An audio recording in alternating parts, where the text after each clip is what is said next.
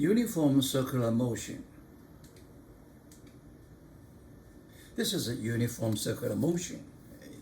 When a body moves in a circle or a circular arc at constant speed v, it is said to be in uniform circular motion. Velocity magnitude does not change. The body has a centripetal acceleration directed toward the center of the circle. A constant magnitude given by A is v squared over r.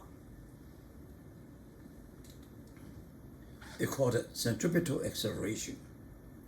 Why the speed is constant and it has acceleration, it seems contradicts to the Newton's second law. Now, we know velocity is a vector. It has magnitude and direction. In this uniform circular motion, the magnitude does not change, constant, but the direction changes. So v changes, you have acceleration. This acceleration, in this case, as we call it, centripetal acceleration equals v squared over r, where r is the radius of the circle.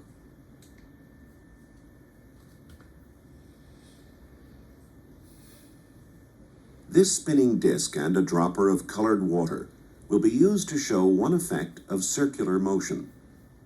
The tracks are tangential to the circle at the points where the water droplets left the disk. This centripetal acceleration is caused by centripetal force that acts on the body and that is directed towards the center of the circle. The magnitude F of these forces is constant and is given by a Newton's second law as F equal to ma. A is centripetal acceleration, v squared over r. It can be tension force, a gravitational force, or any other force as a centripetal force. Two familiar examples of uniform circular motion. 1. Running a curve in a car. The centripetal force that causes the motion is a frictional force exerted by the roadway on the tires. This force points radically inward and spread over the 4 tires. 2. Orbiting the Earth. The centripetal force that keeps you and the shuttle in uniform circular motion is the gravitational attraction of the Earth for you and the shuttle. The difference is due to the nature of the 2 centripetal forces. In the car, the centripetal force is a contact force exerted by the road externally on the tires of the car. In the shuttle, the centripetal force is a volume force due to the Earth's gravitational pull on every atom of your body and on every atom of the shuttle, in proportional to the mass of that atom. Thus, there's no compression on any one part of your body, nor even any sensation of a force acting on you. A centripetal force accelerates a body by changing the direction of the body's velocity without changing the body's speed.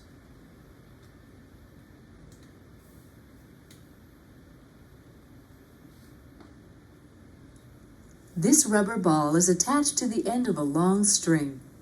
When the ball is spun in a circle, an inward force is required to make it move in a circle. If the string is passed through this tube, a weight can provide the inward force needed to produce circular motion. When the ball is swung in a circle of small radius, a high angular velocity is needed to keep the ball from being pulled in toward the center.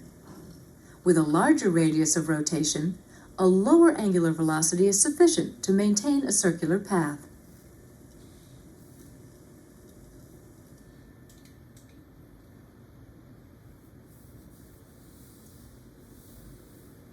This coat hanger has been bent so that the tip points straight back toward the finger supporting the hanger. The tip is filed flat so that with care a penny can be balanced on it. Now watch.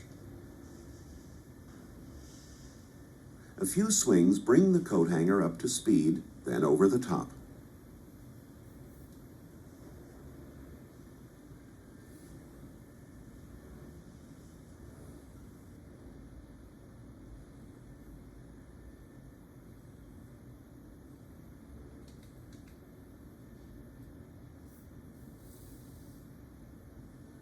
This motorized disc has a small section of vertical wall mounted on the edge.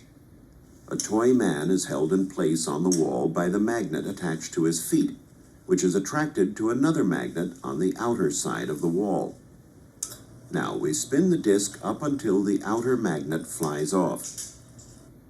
The man remains standing on the vertical wall, as seen in this slow motion segment. When the motor is switched off and the disc slows down, there is a critical speed below which the man no longer stays on the wall.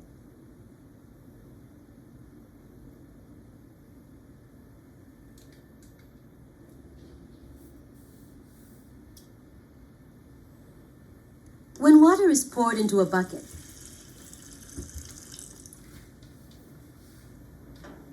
and the bucket is turned upside down, the water falls out. Is there any way to keep water in an open bucket that is upside down?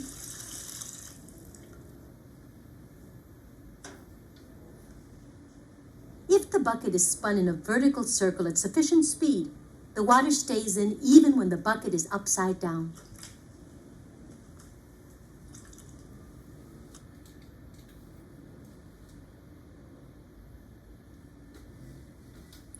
This spoked wheel is made of flexible rubber. We'll spin it at high speed to demonstrate the effect on the diameter of the wheel. As the speed of the wheel is increased, the wheel stretches outward.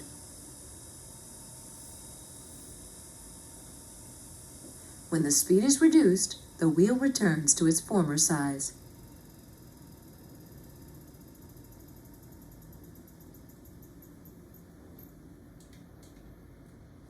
Sample.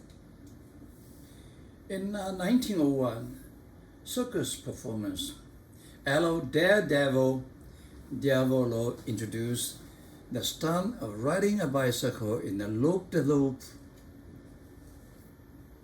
this loop-a-loop. Assuming the loop is a circle with radius r 2.7 meter, what is the least speed v Diavolo could have at the tops of the loop to remain in contact with it? We want to find the velocity here. Okay, so he contact with the loop, otherwise he would drop. Let's analyze the free body diagram at the top. At the top, it was exert two forces. One is the gravitational force, Fg. One is the normal force from the loop. Okay, and it has acceleration, centripetal acceleration downward toward the center, right? So that's very easy.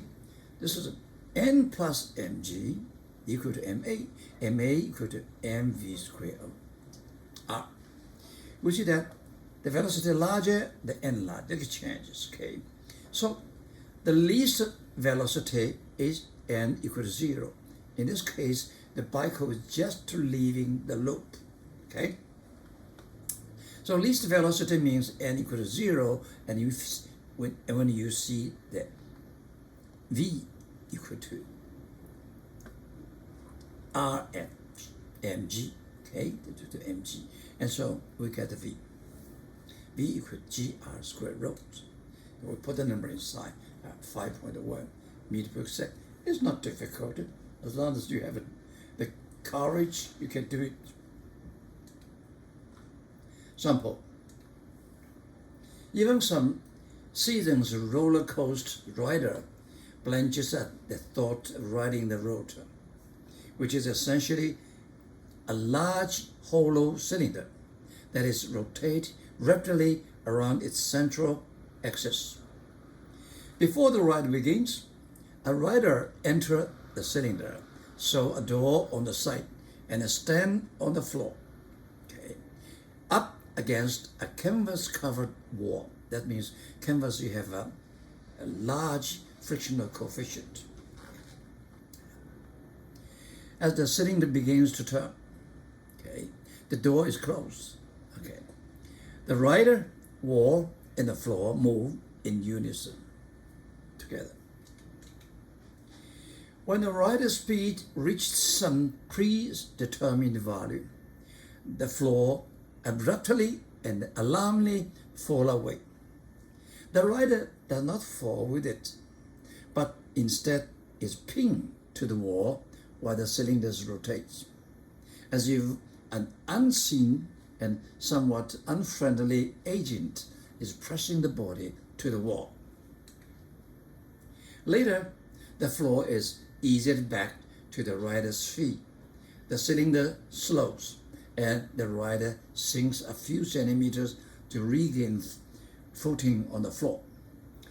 Some riders consider all this to be fun.